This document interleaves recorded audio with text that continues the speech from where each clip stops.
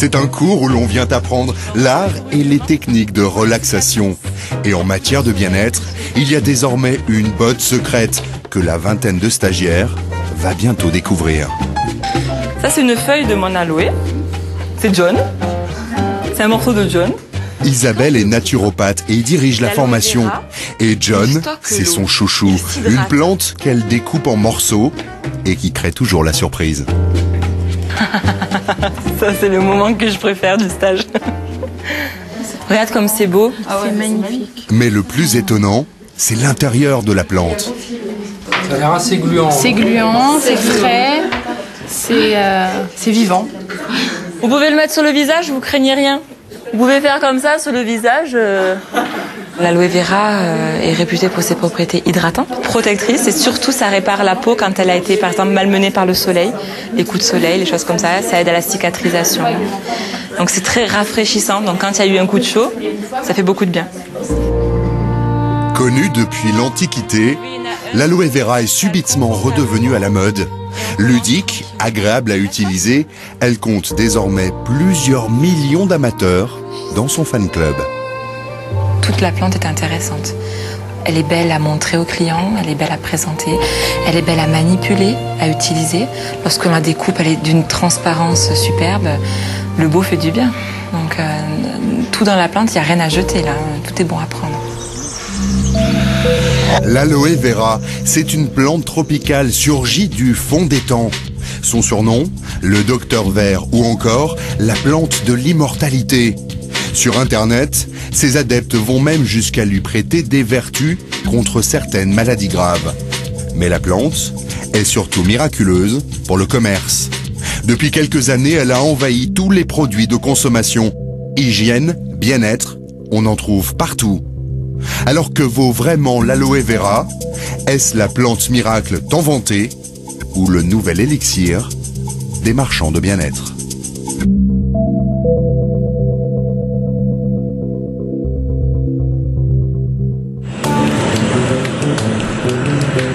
L'aloe vera est une fille du soleil. Pour la trouver, il faut grimper dans les montagnes d'Andalousie, en Espagne. Juchées sur les collines, les fincas, les fermes locales. Sur ces terres arides, poussent surtout des fruits tropicaux, mangue, litchi ou avocat. Et c'est ici qu'un couple de Français, Patrick et Sylviane, s'est lancé dans la production d'aloe vera. Leur plantation est entièrement bio.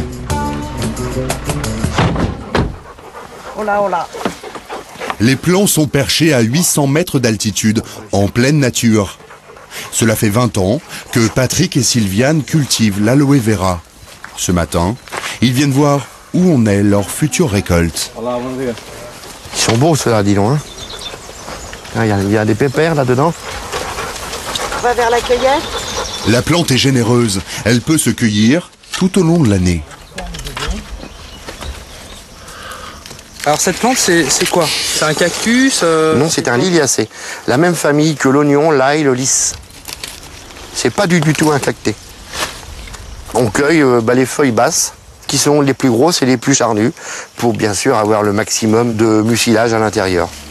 Le mucilage, c'est la pulpe au cœur de la plante. Donc là, Sylviane, c'est ça qui est intéressant. Voilà, c'est ça, cette partie blanche qui est intéressante, qui sert à faire le jus. C'est bon. Voilà. Et après, l'aloe vera se consomme d'abord en jus. Bon, on l'épluche un peu mieux que ce que je l'ai fait. On le broie et après on le met en bouteille. Donc ça va faire le jus. De ce jus, on va en boire et on va s'en servir pour mettre dans les cosmétiques. Et c'est là qu'on s'aperçoit que la qualité, tous ces filaments, ça fait la qualité du jus. Et ça rend la peau très douce et très hydratée et très restructurée, et très régénérée. Voilà. Mais il faut avoir cette qualité-là. Vous voyez ce qu'on... Voilà. Et on peut le manger aussi.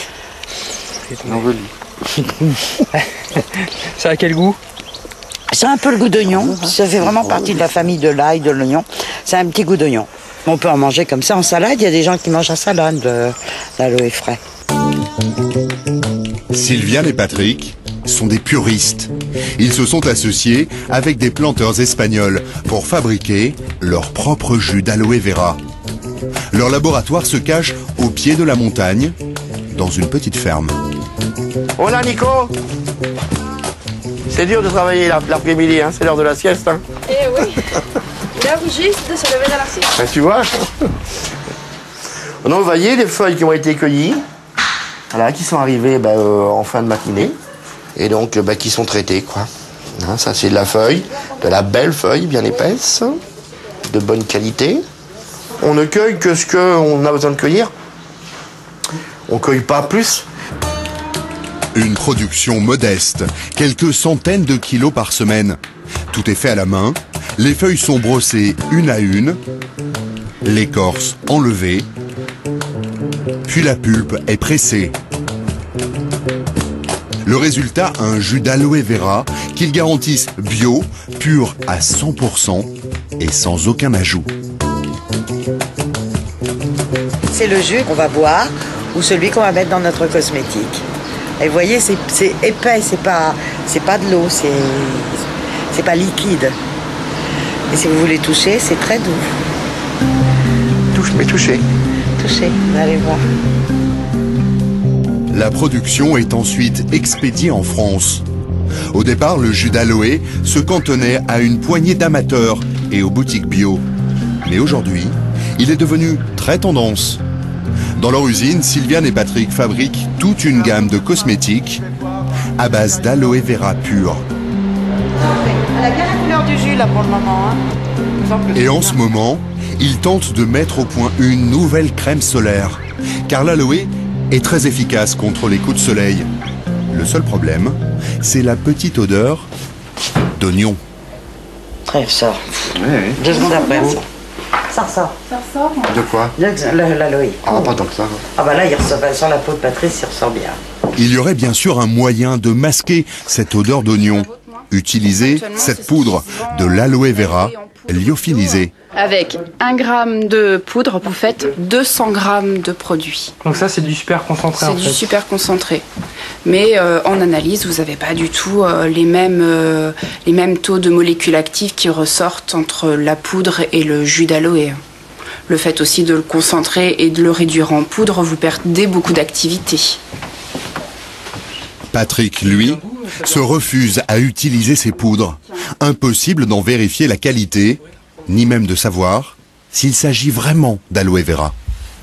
Vous savez pas, vous êtes incapable de savoir si c'est de l'aloe, pas de l'aloe. Ça peut être d'autres produits, comme de la maltose, dextrose ou n'importe quoi.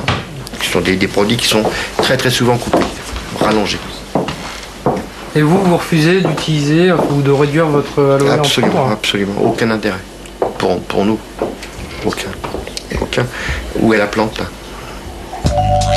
Cette poudre d'aloe vera, il est très facile de s'en procurer. Sur Internet, des centaines de fabricants chinois, pour la plupart, en proposent à des prix imbattables. Avec cette poudre diluée dans l'eau, le litre d'aloe reconstitué coûte 50 fois moins cher que celui de Sylviane et Patrick. Mais cette poudre est obtenue en broyant non pas la pulpe, mais la totalité de la plante, feuilles et racines comprises. Ces principes actifs sont donc quasi inexistants. Et pourtant, la plupart des produits industriels sont fabriqués à partir de poudre d'aloe vera. En quelques années, la plante est devenue la star des rayons. Elle est partout. Les détergents, le papier toilette et même les rasoirs. Mais que valent vraiment ces produits? Nous en avons montré quelques-uns à Isabelle, notre spécialiste de l'aloe vera. Premier point noir, les étiquettes ne sont pas toujours très claires. Sur le papier toilette, il n'y a rien indiqué. On voit qu'il est à base d'aloe vera. On peut se deviner qu'il a été lotionné avec une solution qui contient de l'aloe vera, mais on ne sait pas quoi, quelle est la solution, on ne sait pas quels sont les produits ou les solvants qui sont dedans. Ce produit, c'est du gel apaisant réparateur aloe vera bio 97%. Donc on se dit, c'est du gel d'aloe vera. Quand j'ai retourné la boîte pour regarder, je vois le composé majeur, c'est de l'eau. En fait, c'est beaucoup d'eau, un peu de poudre d'aloe vera, lyophilisée, et de la gomme de xanthane pour refaire le gel. La majorité des fabricants restent tout aussi flous sur la composition réelle de leurs produits. On ne sait pas quel est le type d'aloe vera, c'est-à-dire on ne sait pas si c'est de la poudre lyophilisée, on ne sait pas si c'est un extrait, on ne sait pas si c'est le gel naturel, on ne sait rien. On sait qu'il y en a. On sait qu'il y en a, mais on ne sait pas sous quelle forme. Et surtout, personne ne sait très bien à quoi il sert. Exemple avec cette grande marque de lessive. Là, il y a marqué, donc sur cette lessive, enrichie en essence naturelle d'aloe vera. Je ne comprends pas en fait cette étiquette et cet emballage parce que l'aloe vera ne se distille pas, donc ça n'est pas une essence. Aucun de ces industriels n'a souhaité nous rencontrer. Le fabricant de lessive nous a répondu par courrier électronique.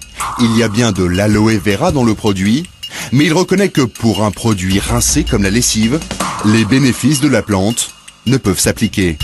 En revanche, la présence d'aloe vera facilite le choix du consommateur.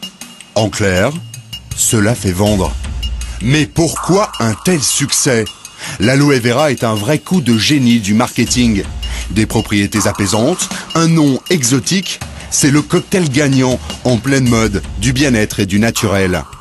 Cette enseigne de la grande distribution vend sous sa propre marque des produits à l'aloe vera. Alors, par exemple, cette lingette bébé. L'engouement bat son plein depuis 3 ans. Mais gare aux excès du marketing. L'aloe vera, je pense que c'est un produit qui s'installe durablement dans la composition de certains produits. Alors, la mode, c'est peut-être justement l'idée pour certains d'aller plus loin, de commercialiser des boissons, puis pourquoi pas des desserts, puis pourquoi pas, je dis n'importe quoi, des chips à l'aloe vera, pour tirer très loin le concept, l'idée.